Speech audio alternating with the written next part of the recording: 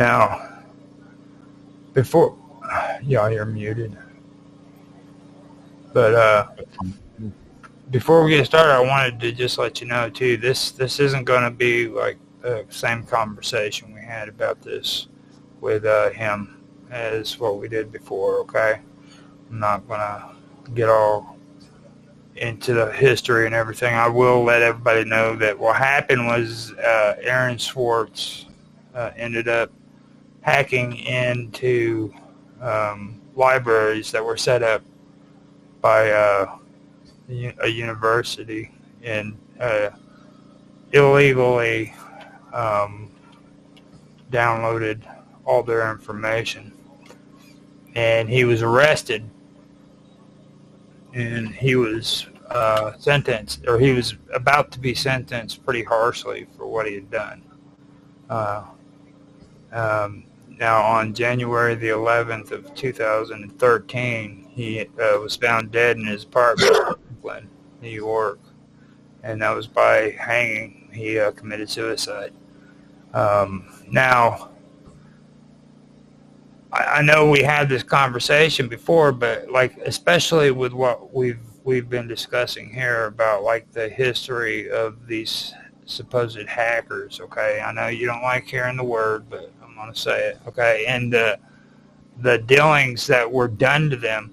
I mean, they were basically given a slap on the hand. Okay, and my question to you, Mark, is this. Okay, why was this incident so much more important than those other incidents where they barely got a smack on the hand for doing what they did, and they were going to frickin' sentence him? I believe they were going to sentence him to up to 30 years, wasn't it?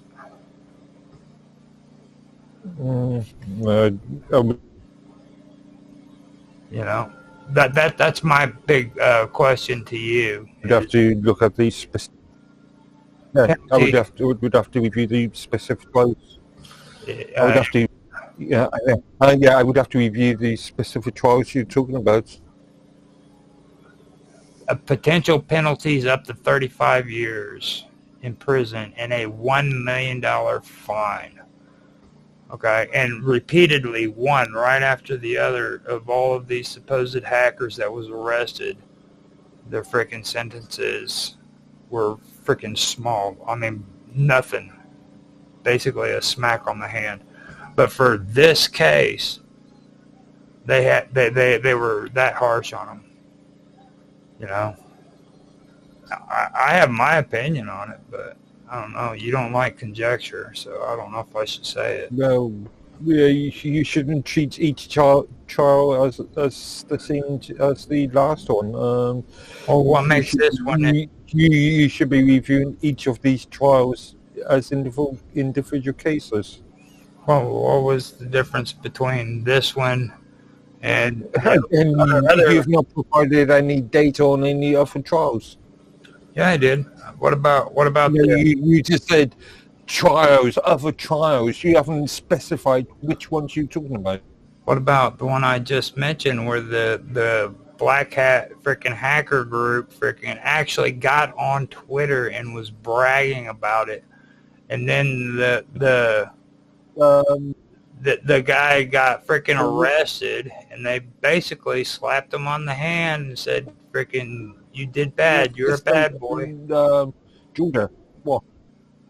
Sorry, you've got to be more specific. You,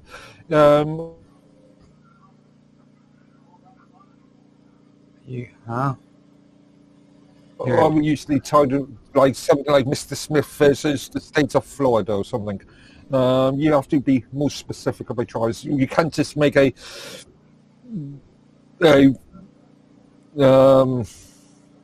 nondescript sort of argument. So, I mean, and I mentioned it in the last episode too, where I mean, he wasn't just. You didn't actually mention any other trials. Yeah, I did. I actually mentioned about 3 or 4 of them. You didn't name them specifically. Yeah, dude, I freaking did. I mean, I told you about the DDoS freaking attacks that took place on Sony. What was his name? So who was His the name was who was Julius the Kivimaki. He was a Finnish teen, and he was convicted of over 50,000 cyber attacks. And he received a suspended sentence, dude. Okay, versus who? Finland, apparently. I mean, it's like freaking that's not even a point. The actual point that you need to be focusing on that's important. So you're talking The about important two part is he got completely away with it with a slap different. on the hand, dude.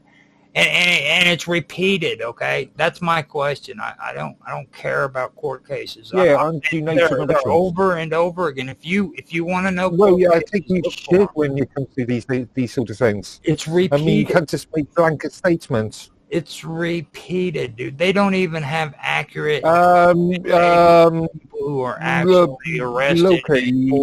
He's being tried in a U.S. court. This other bloke is being tried in a Finnish court. Last time I checked, Finland isn't part of the U.S.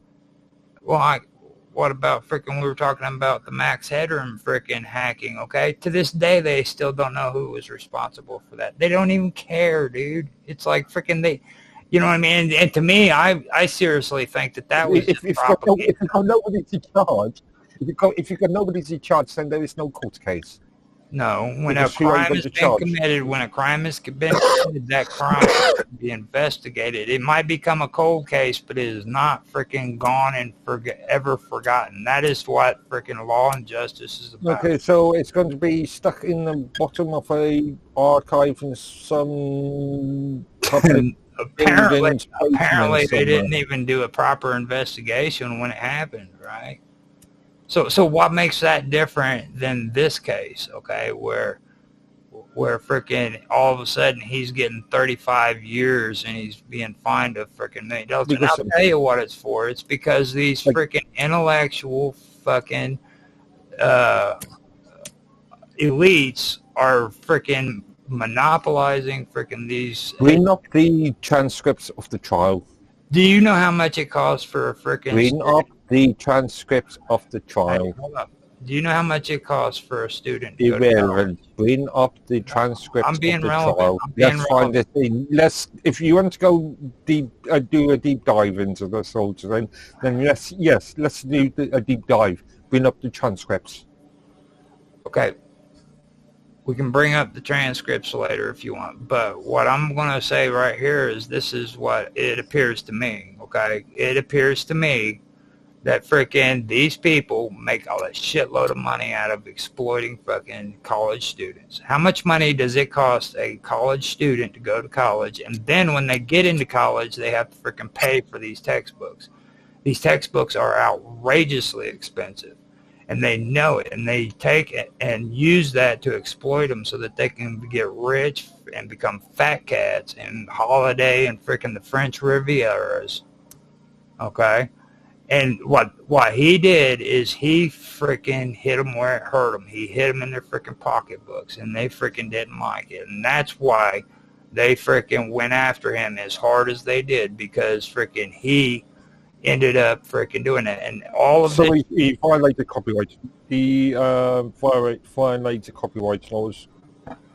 Most likely it was I believe it was actually terms of service. That's what they eventually got him for. So it was a civil action, not a. So it was a criminal. Apparently, it was a criminal action because freaking they were going to sentence him up to you don't go to prison for violating a contract. You know, and this is you don't go to prison because that's a civil issue. Well, I mean. What I've heard about it was he actually went into court and they got him because he freaking agreed to terms on the terms of service, and when he broke legal contracts come under civil legislation in the US and the Western world. Civil legislation cannot be prosecuted as a custodial sentence. No custodial case. Well, then This is one of the most basic sort of matters that in law, that you, especially in US law, that you should be knowledgeable about. now Aaron Swartz was charged under the Computer Fraud and Abuse Act, the CFAA, for illegally accessing and downloading millions of academic articles for JSTOR, from the JSTOR database. So it wasn't a terms of service agreement. He actually violated a custodial crime, or custodial. Or he faced 4 felony charges, which later increased to 13, including wire fraud, computer fraud, and unlawful access to protected computer. Okay. To a protected computer.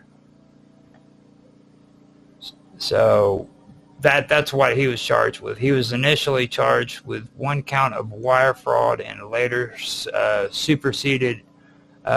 The charges are irrelevant. What was he convicted with? Huh?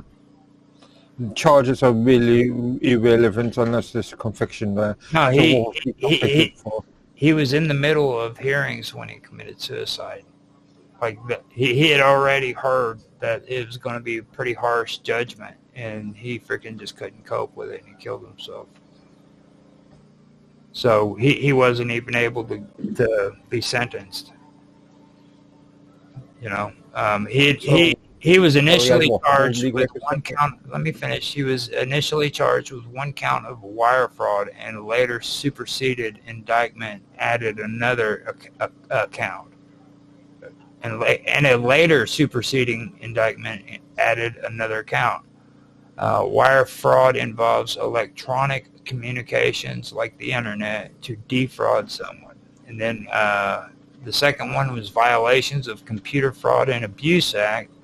He was charged with multiple violations of CFAA. Specifically, he was charged with unlawfully obtaining information from a protected computer, recklessly damaging a protected computer.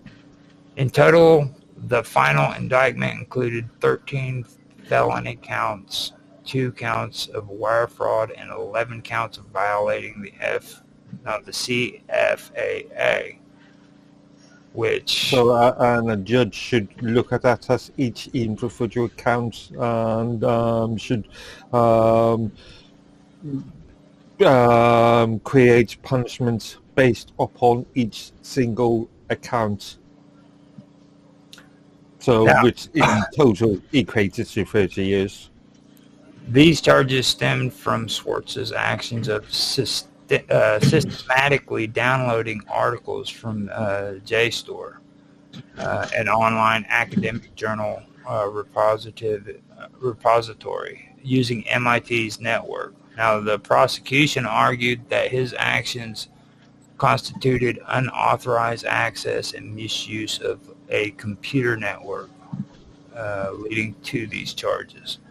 So they basically got him because he was on an MIT network as well as when he didn't have authorization to be.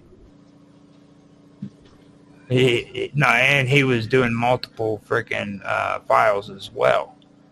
Okay, but it still goes back to what I was saying. What makes his freaking charge different than these others that were previously? Again, you have to bring up the details of those other. There really is none that's as profound as this case. This is actually one of the most profound cases in the United States, to be honest with you. And I do want to make a point out too here. I was wrong. Anonymous was not founded because of this incident. They were going well beforehand, but they were very closely involved with situations that happened afterwards when it came to this happening when Aaron Swartz committed suicide.